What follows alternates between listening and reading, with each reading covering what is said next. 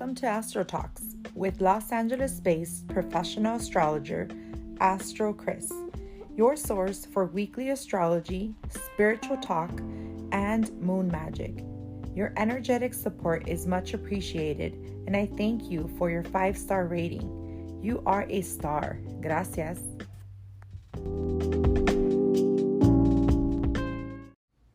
In this week's astrology, we have a lot of things going on. Unlike last week, we just had that big shakeup of Uranus and Venus. This week starts off with a full moon in Sagittarius on Tuesday.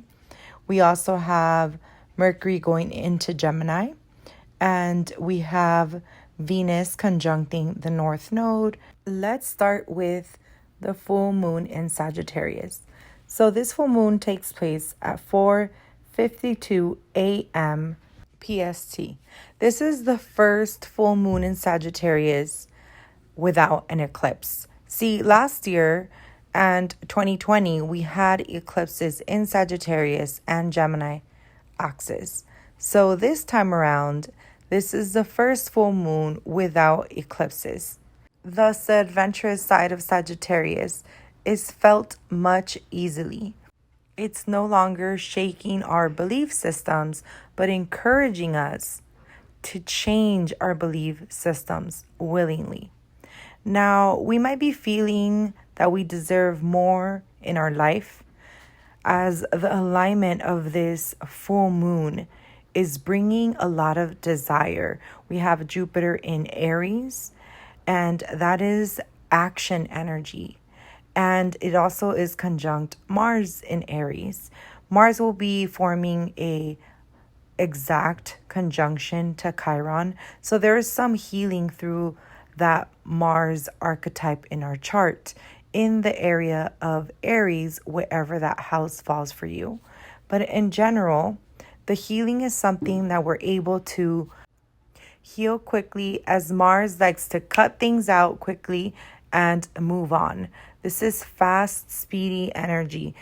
He's not too fond of wallowing. He wants to heal quickly. Now, the information you're going to get through the conjunction of Mars and Chiron might be somewhat shocking and somewhat painful, because this is going to be sudden, but it's something that's been there and it's ready to let go of. We also have a lot of curiosity in regard to the direction that we want to take our life. This is opening up new horizons for us, where we really want to influence the path that we're taking by taking purposeful steps.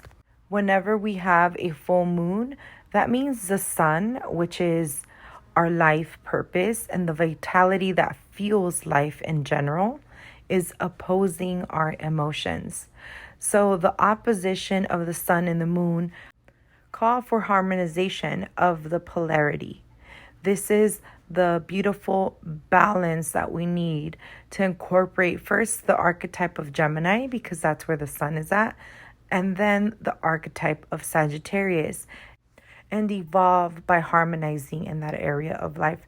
Now, a lot of astrologers mention that full moons are a time of releasing. I don't necessarily agree with that. I believe that full moons bring something to our attention, and at the third quarter moon, that's when we start releasing. But the full moon is when we reap the rewards. This is like that fruit tree that you saw blossom into flowers, and then you saw the fruits growing steadily. Well, the full moon has ripe fruit, but it still needs ripening. And after the full moon, that's when you start reaping this abundance and rewards.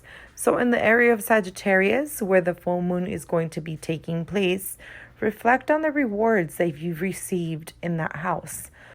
What changes have you made in that area of life? What progress or change of belief systems have you noticed that took place? This is where we show grace and gratitude. and really align with the universe has our back, and we attract what we seed. Thus, we attract the abundance that exists in our life. Now, Saturn is a big player in this full moon, as Saturn is at 25 degrees in Aquarius. He is retro, and he's about to form an applying trine to the sun.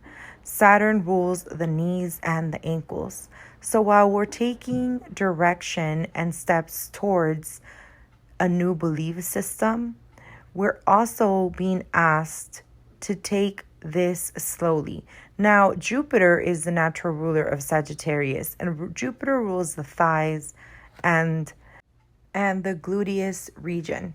Through the archetype of Pisces, Jupiter rules the feet. So as you can see, the entire leg or legs are being ruled by both or influenced by both the moon in Sagittarius and Saturn, making a sextile to the moon in Sagittarius or a trine to the sun in Gemini, and the sun rules the limbs.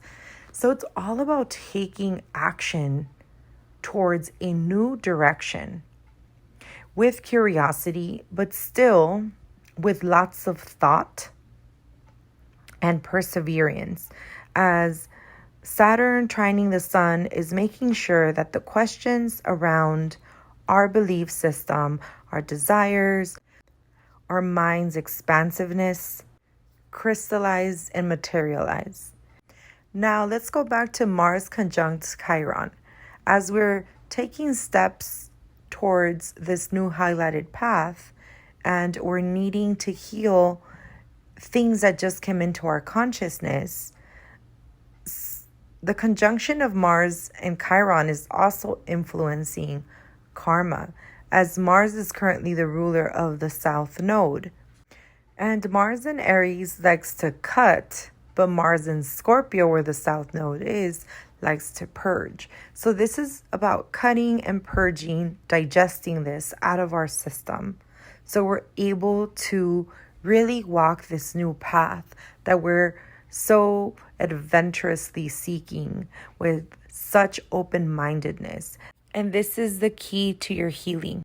This full moon is also a super full moon. It's actually a super full strawberry moon. Now, the super moon means that it's just closer to the earth, so it appears bigger in the sky. Now, the moon has been studied by scientists and has been proven to influence the tides. We're also made of water. This is why this moon in Sagittarius is going to influence us on a cellular level, meaning we're going to want to move and explore and expand and really enjoy life with such desire, because that is the energy of fire. And in the energy of Sagittarius, this is expansive fire. This is zealous fire. And we have this sun in Gemini that's curious as well. So it's fueling the fire to expand belief systems and be curious and interested in sharing new thoughts and ideas and creating friendships that are more easygoing, yet very deep and expansive at the same time. So we've talked about the positive side of this full moon. However, there is a confusing and elusive side of this full moon as well, as Neptune at 25 degrees is forming a square to both the sun in Gemini and the moon in Sagittarius. And this is a 2-degree orb square. Now, when Neptune is involved, because Neptune is hitting these mutable signs, right? Neptune and Pisces mutable, Gemini, Sagittarius were both mutable. This can cause confusion and illusion and extreme flexibility, breaking of boundaries, and also being very elusive. Now, we can make a lot of mistakes in judgment when Neptune is involved, because we kind of see the facade, but we don't see through it. we don't see everything through the fog. So Neptune likes to fog things up, and Saturn will be the saving grace here, because Saturn is what is slowing our mind down a little. So we're not just acting abruptly, but we do have Mars in Aries pushing us to act. And we also have Jupiter there ready to go. Gemini energy with the sun, and Mercury also having us contemplate ideas fairly quickly before we even process them. So the ideal point in this chart is connecting to Saturn. Now, Saturn can be, very maturing, crystallizing energy, but also it can bring blockages or feel like there's blockages. So it's not the easiest energy to work with. But there's also gifts with Neptune, as Neptune is very intuitive and sensitive, very empathic, dreaming, artistic. Whenever there's a square, I like to tune into the energy of Neptune. And one of the remedies is really falling in love all over again with whatever it is that you enjoy doing, whether it's listening to music, singing, dancing, creating art, painting, sculpting, just going into that energy of Neptune. Another remedy is water. Speaking your truth into water, speaking your affirmations into water, and adding a little pinch of salt to that water, because that would be that energy of Neptune and Pisces. When we feed heavy or conflicting energy what it likes, it shows up as a remedy in our life, as we're already highlighting and honoring the archetype within our life by attuning to it, so it can be felt less chaotic. Another remedy will be going to the beach. This is a week of being flexible, but also fixed with your boundaries, because Saturn isn't a fixed sign. Be kind to yourself if you do make mistakes because you didn't see clearly, as I really do believe Saturn will be the saving grace. So as long as we're taking a little bit longer to weigh out our options, we should be fine. Now, Pluto is at 28 degrees and it's forming an inconjunct to the sun and to the moon. So this is an attack on our health and our mental health in general. It's going to bring up some fears and insecurities and phobias, as Pluto at 28 degrees in Capricorn is influencing the sun and the moon to trigger doubts.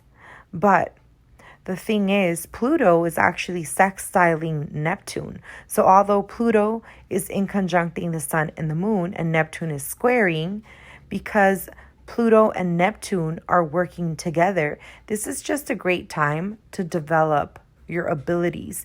Instead of seeing with your eyes, you're seeing with your intuition.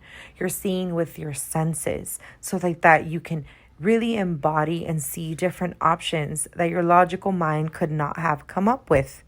Now, Mercury is in Gemini and he's still in shadow. He will clear shadow at 4 degrees Gemini. So Mercury in Gemini is a good time. It's very playful, has lots of ideas, gets our mental juices going, and it likes a lot of stimulation. So this means that communication will flow. Now, lastly, we have Venus conjuncting the North Node, and this is what we have been waiting for. Venus conjunct the North Node is going to be in that eclipse point, which shake things up. This is like big feminine goddess empowered energy, and Venus in the sign of Taurus is already in dignity. So things around women, money, luxuries, food, we're going to see a lot of changes. A lot of things are going to be starting to come up around this. So this is the starting point. It's not the ending. We're just going to see that from this point on, we're having a concentrated energy in these topics. And the last aspect is Saturn forming a semi-sextile with Neptune. Now, this is peripheral vision. So another highlight of using our intuition to really navigate this amazing cosmic weather. This is the astrology of the week. Love and light. Thank you so much for being here.